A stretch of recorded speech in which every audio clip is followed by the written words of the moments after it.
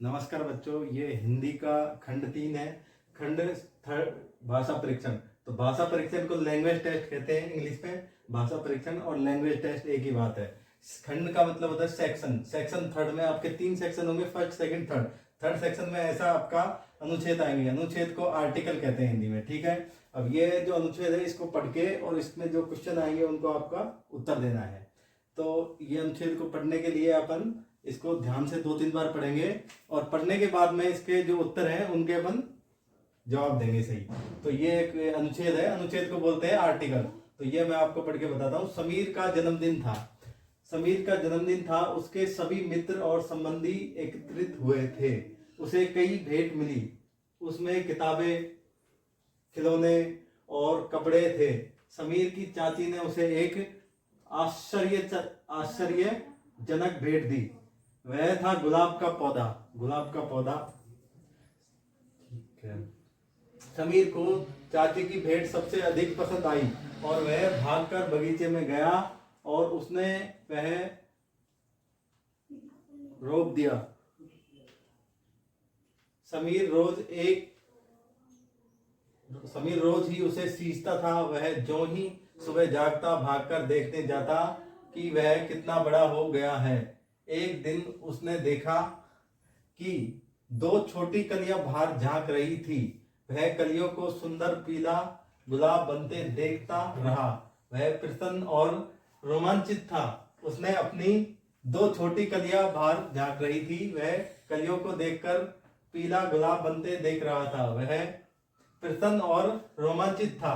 उसने अपनी माँ की मदद से फूल तोड़े। उसने वह पहले 2 गुलाब अपनी माँ और बहन को भेंट किए। समीर ने निर्णय किया कि वह अपने बगीचे में पौधे लगाए और भी पौधे लगाएगा। तो ऐसे ये अनुच्छेद मिलेगा, आर्टिकल मिलेगा। ये आपको 2-3 बार ध्यान से पढ़ना है। ध्यान से पढ़ने के बाद में उसका क्वेश्चनों का उत्तर देना है। तो ये पहला क्वेश्चन है बेटा, जन्मदिन पर समीर की सबसे अच्छी भेंट क्या थी? जन्मदिन पर समीर की सबसे अच्छी भेंट क्या थी? ए है रेस कार, बी है कमीज और सी है गुलाब का पौधा और डी है किताब। तो इसमें बेटा गुलाब का जो पौधा है वो है। समीर की सबसे अच्छी भेंट गुलाब का पौधा थी। ये यहाँ पे लिखा हुआ है बेटा, वह गुलाब का पौधा था। तो ये गुलाब का पौधा था। और दूसरा क्वेश्चन है, पहले गुलाब में कितनी कलियां आई? 1, 2, बी है 4, डी है बहुत सी। तो बेटा गुलाब के अंदर कितनी कलियां आई? ये इधर लिखा हुआ है गुलाब के अंदर 2 कलियां आई, ठीक है। इस प्रकार से इसको पढ़ के और आंसर देना है। क्वेश्चन नंबर 2 हो गया था बेटा। क्वेश्चन नंबर 3 है, रोमांचित शब्द का अर्थ है। रोमांचित शब्द का सुनते ही क्या होता है? रोमांचित शब्द का अर्थ होता है उदास होना, भयभीत होना, चकित होना,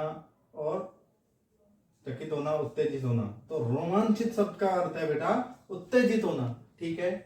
क्वेश्चन नंबर 4 है, समीर ने पहले 2 गुलाब किसे भेंट किए? तो ये अपन ने 2-3 बार पढ़ लिया बच्चों आसानी से। तो इसको पढ़ने ज्यादा कठिन नहीं है, बहुत ही सिंपल है। 2-3 बार पढ़ोगे अपने आप खोपड़ी में बैठ जाएगा, घबराना नहीं है, ठीक है। जैसे समीर ने पहले 2 गुलाब किसको भेंट किए? मित्रों को। तो मित्रों को नहीं किए बेटा। तो चाची को भी नहीं किए बेटा, माँ और चाची को और माँ और बहन को, सी, ठीक है। क्वेश्चन नंबर 5 है, जो ही समीर जागता, समीर जैसे ही जगता तो क्या करता? पढ़ना प्रारंभ कर देता? नहीं, पढ़ना प्रारंभ नहीं करता है। स्नान करता? नहीं, स्नान भी नहीं करता है। डी है स्कूल ले जाता है? स्कूल भी नहीं जाता। तो बी इसका उत्तर हो जाएगा बेटा, पौधों की ओर दौड़ता। अनुच्छेद इससे पहले करवा दिया गया है। अनुच्छेद का मतलब होता है आर्टिकल। तो बेटा ये एक आर्टिकल है, इसको आपको 2-3 बार आराम से पढ़ना है। पढ़ने के बाद में अपना शांत दिमाग से, अच्छी तरह पढ़ने के बाद में शांत दिमाग से उसका उत्तर देना है। तो मैं इसको अभी आपको पढ़ के और इसमें जो उत्तर हैं वो आपको बताता हूँ। देखो, लोग हंस की प्रशंसा करते हैं और मुझे काला कहते हैं। मैं तो हंस से भी तेज उड़ सकता हूँ। क्यों ना मैं उसे उड़ने के मुकाबले के लिए ललकारूं और उसे हरा दूं। तब लोग मेरी प्रशंसा करेंगे और उसका अनादर। यह सोचकर कौवे ने हंस को समुद्र के बीच में स्थित एक द्वीप तक एक साथ उड़ने के लिए ललकारा। हंस तैयार नहीं हुआ, किंतु कौवे ने जिद ना छोड़ी, दोनों ने उड़ना शुरू किया। ठीक है। आरंभ में कौवा अत्यंत तेज गति से उड़ता हुआ हंस से आगे निकल गया। हंस अपनी सामान्य गति से उड़ रहा और कौवा शीघ्र ही थक गया और नीचे गिरने लगा। हंस ने उस पर दया आई। उसने कौवे को अपने पंखों पर बैठाकर द्वीप तक सुरक्षित पहुंचा दिया। कौवा अपने पर बहुत लज्जित हुआ। ठीक है। तो ये अपना पूरा पैराग्राफ था बेटा। अब इसके जैसे क्वेश्चन कैसे आएंगे देखो। हंस ने क्या किया? हंस ने कौवे के साथ प्रस्ताव का मजाक उड़ाया। कौवे ने प्रस्ताव को अत्यंत मान लिया। कौवे के प्रस्ताव को स्वागत किया। कौवे ने प्रस्ताव को अस्वीकार किया। तो बेटा इसमें आएगा बी। कौवे ने प्रस्ताव को अंत में मान लिया। वो कह रहा था कि भाई मान ले, तो उसने क्या अंत में कौवे ने मान लिया। हंस ने प्रस्ताव दिया कौवे को, तो अंत में उसने मान लिया कि चलो करके देख लेते हैं इसके साथ में रेस। ठीक है। अगला क्वेश्चन है बेटा क्वेश्चन नंबर 2। कौवे के विपरीत हंस ने अपनी सामान्य गति से उड़ना क्यों की उसे? कौवे के विपरीत हंस अपनी सामान्य गति से उड़ा क्योंकि उसे अपने पंखों पर भरोसा था। बी है उस पे अपने पर गर्व था। सी है परिणाम के बारे में उसको भरोसा नहीं था। और डी है कौवे से डर लगता था। तो बेटा इसका सही उत्तर हो जाएगा ए, अपने पंखों पर भरोसा था उसे। तो ये 2 क्वेश्चन हो गए बेटा अपने। क्वेश्चन नंबर 3 है अपने, ये जो पैराग्राफ है इसका क्वेश्चन नंबर 3 है। ठीक है। कौवा हंस को मुकाबले में हराना चाहता था क्योंकि इससे, देखा क्वेश्चन नंबर 3 है, कौवा हंस को मुकाबले में हराना चाहता था क्योंकि इससे क्या होता? हंस को उस पर दया आएगी। ए है ऑप्शन, हंस को उस पर दया आएगी। बी है हंस को प्रशंसा मिलेगी। ठीक है बेटा। और सी है हंस को काला कहा जाएगा। ठीक है। और डी है उसे प्रशंसा मिलेगी। ठीक है। तो इसका सही उत्तर हो जाएगा बेटा डी, उसे प्रशंसा मिलेगी, इसलिए कौवा हंस को मुकाबले में हराना चाहता था। ठीक है। क्वेश्चन नंबर 4 है बेटा। ठीक है। कौवे ने हंस को सलाह दी कि उन्हें, क्या सलाह दी देखते हैं, सैर करने चलना चाहिए। ऑप्शन ए है सैर करना चलना चाहिए। ऑप्शन बी है एक साथ द्वीप की यात्रा करनी चाहिए। ठीक है बेटा, यात्रा भी नहीं करनी चाहिए। ऑप्शन सी है उड़ने का मुकाबला करना चाहिए। तो इसमें बेटा अपन ने सीखा ना, उड़ने का मुकाबला करना चाहिए, ये तो शर्त रखी थी सी, उड़ने का मुकाबला करना चाहिए। ऑप्शन डी होगा नहीं, जब सी हो गया तो उससे क्या मतलब है। कौवा क्या था भाई साहब? देखो, विनम्र था, ईर्ष्यालु था, घमंडी था, चतुर था। क्या था? कौवा चतुर था। ठीक है बेटा।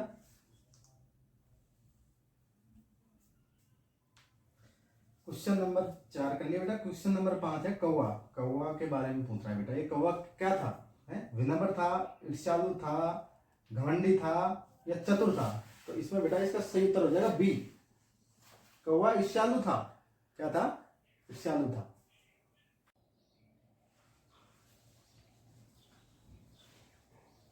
नमस्कार बच्चों, कैसे हो आप सब लोग? अब अपन खंड 3 का जो आर्टिकल 3 है उसके बारे में बात करेंगे।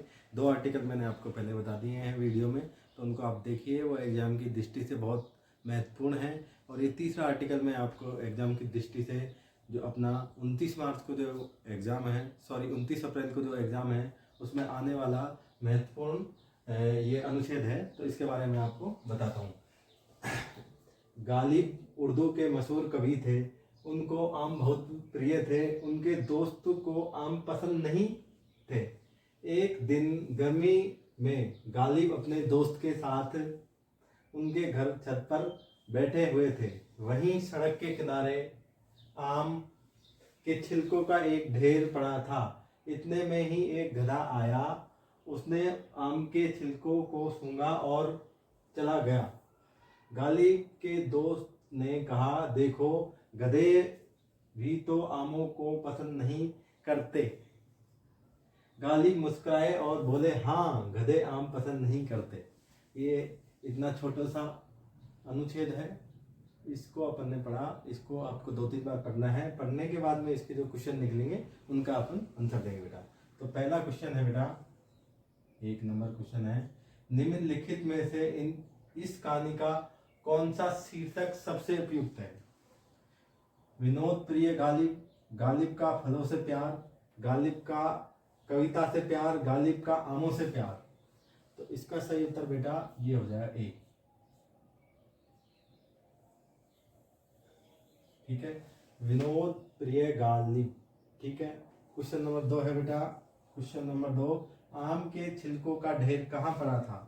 तो आम के छिलकों का ढेर कहाँ पड़ा था? तो ये इसमें लिख रखा है बेटा साफ साफ कि यहाँ पे ये सड़क के किनारे।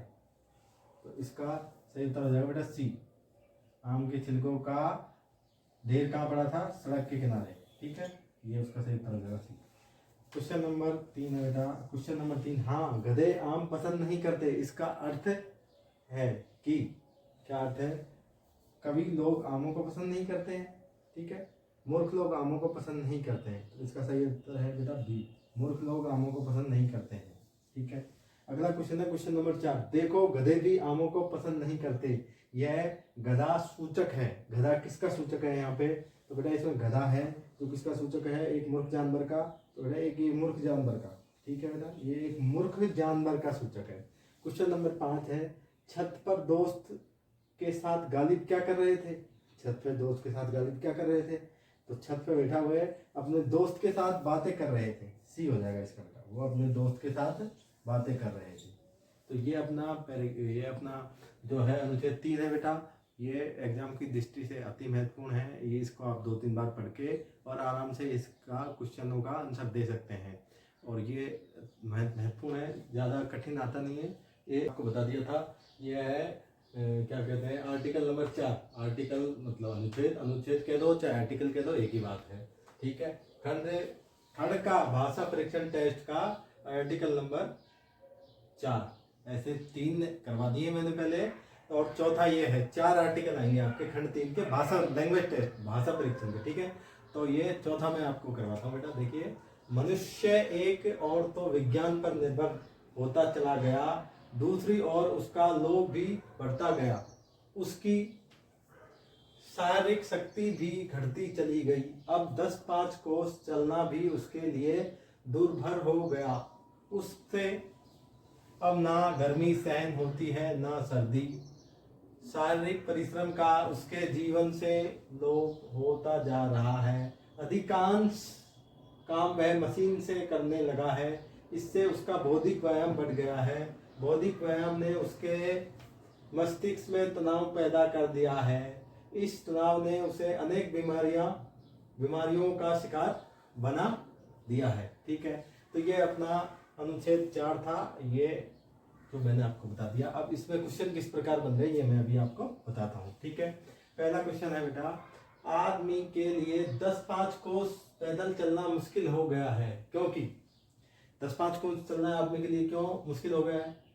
वह प्राय बीमार रहता है, बीमार भी नहीं रहता है, उसके जीवन में शरीर श्रम बिल्कुल गायब हो गया है, वह कमजोर हो गया है, वह गर्मी सर्दी बर्दाश्त नहीं कर सकता। तो बेटा इसका सही उत्तर हो जाएगा डी, डी हो जाएगा, वह गर्मी सर्दी बर्दाश्त नहीं कर सकता।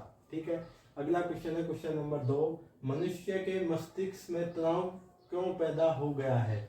मनुष्य के मस्तिष्क में तनाव पैदा क्यों हो गया है? अगला क्वेश्चन नंबर ये है। तो बेटा उसका ऑप्शन नंबर ए है, वो पैदल नहीं चलता है। ठीक है, पैदल नहीं चलता है, वह लोभी हो गया है, उसका बौद्धिक व्यायाम बढ़ गया है, और शारीरिक शक्ति घट गई है। डी ऑप्शन है, शारीरिक शक्ति घट गई है। ए है पैदल नहीं चलता है, बी वह लोभी हो गया है, सी है उसका भौतिक व्यायाम बढ़ गया है, और डी है शारीरिक शक्ति घट गई है। तो बेटा इसका सही उत्तर हो जाएगा सी, उसका बौद्धिक व्यायाम बढ़ गया है, भौतिक व्यायाम बढ़ गया है उसका। ठीक है, क्वेश्चन नंबर 3 है बेटा, आजकल मनुष्य किस पर निर्भर हो गया है? तो बेटा ए ऑप्शन है सर्दी गर्मी, गर्मी सर्दी, बी है बौद्धिक श्रम, सी है विज्ञान, और डी है शारीरिक शक्ति। तो बेटा आजकल मनुष्य विज्ञान पर निर्भर हो गया है। क्वेश्चन नंबर 4 है, मनुष्य अनेक बीमारियों का शिकार क्यों होता जा रहा है? मनुष्य अनेक बीमारियों का शिकार क्यों होता जा रहा है? मस्तिष्क में तनाव रहता है, ठीक है। ए है मस्तिष्क में तनाव रहता है, बी है व्यायाम नहीं करता है, दूध नहीं पीता है, सी डी 10-5 कोस नहीं चलता है। तो इसका सही उत्तर है बेटा मस्तिष्क में तनाव। मस्तिष्क में तनाव रहता है, इसलिए वो अनेक बीमारियों का, ये इसका सही उत्तर हो जाएगा। और 5वां क्वेश्चन है बेटा, किसके साथ मानव की विज्ञान पर निर्भरता बढ़ती है? किसके साथ मानव की विज्ञान पर निर्भरता बढ़ी है? ए है शारीरिक शक्ति के साथ, बी है मशीन के साथ, सी है उसके लालच के साथ, और डी है मशीन मानसिक कमजोरी के साथ। तो इसका सही उत्तर हो जाएगा बेटा उसके लालच के साथ, ठीक है। ये मैंने चारों आर्टिकल आपको करवा दिए हैं, खंड 3 के चारों आर्टिकल मैंने आपको कंप्लीट करवा दिए।